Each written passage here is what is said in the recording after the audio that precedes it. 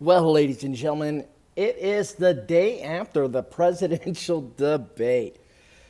I almost didn't want to make a video, honestly, because there's so much to say, and at the same time, there's very little to say.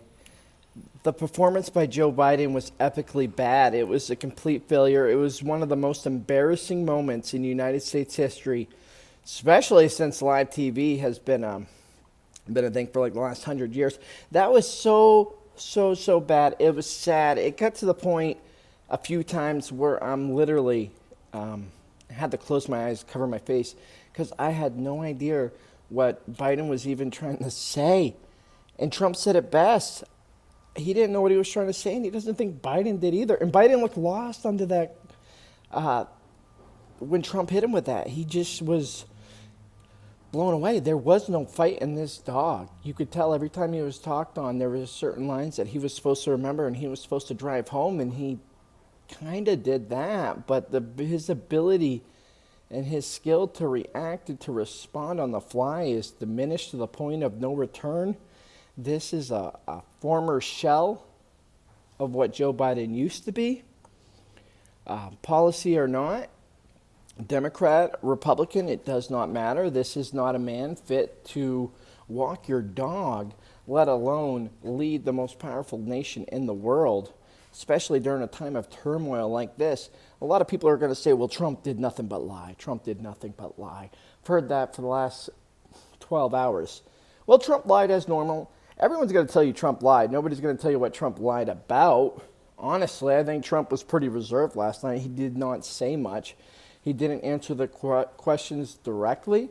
I don't know if people are new to presidential debates, but it's usually just filled with talking points and not people answering the question directly. The important part to take away is that Trump understood the question. Trump knew how to navigate around the question if he didn't want to answer it right out. Trump knew his mission last night was to say as very little as possible.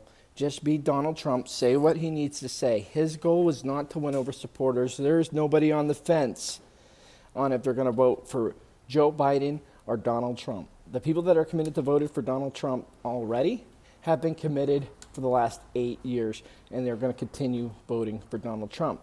The goal was to eliminate anybody on the fence about Joe Biden. After last night's debate, I can promise you that you are going to see huge decline in Democratic turnout come election season. Why are they going to show up to the polls? There is nobody.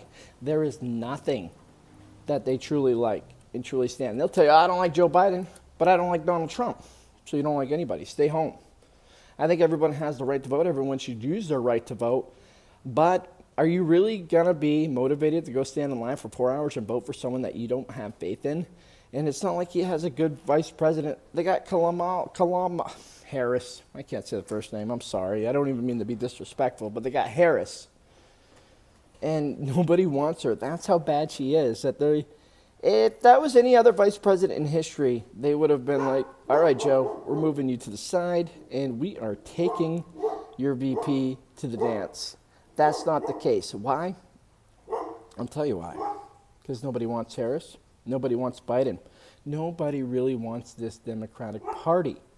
As you can see, guys, you look at all the congressional hearings and meetings that they've been holding. It is the superstars in the Republican Party that are rising to the top. They're young, they're energetic, and they're full of motivation.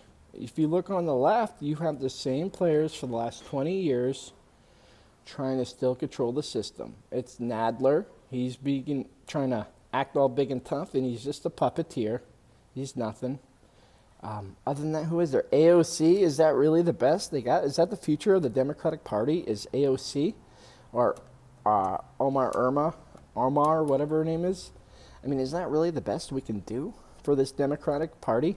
Honestly, I'm a conservative. I'm a libertarian. I feel I'm definitely aligned on the right side of the political spectrum, but part of me actually feels bad for my fellow American Democrats because they don't have representation.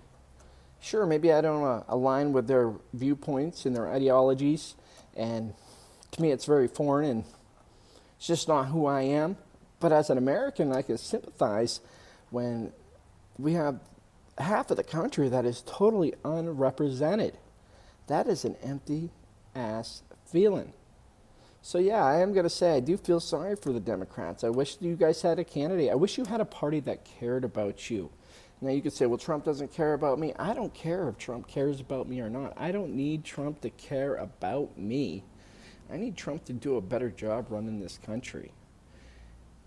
His personal feelings about me and my family honestly do not matter.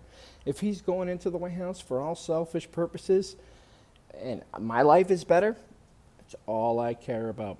I know some of you might say that's pretty arrogant of me to say, but that's the God's honest truth.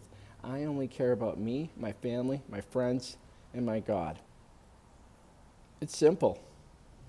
When you actually focus down and you break it down to such a small circle like that, it's not really hard to brush stuff off your back. I get called all these names every day, and all things considered, I'm okay with it.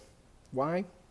Because I know at the end of the day, I'm going to come out on top. And last night was a big step in that right direction. Donald Trump did what he needed to do. He said very little.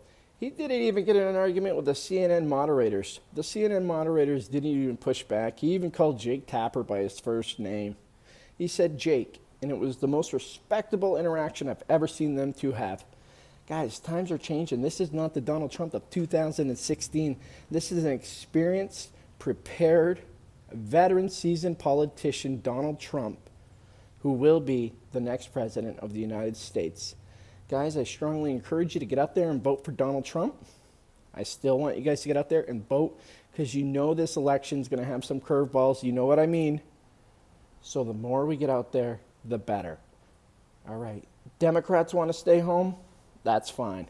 Republicans, conservatives, libertarians, it's time to unite. We got to get out there on election day. This is the Confefe Patriot signing out. Have a good day, guys.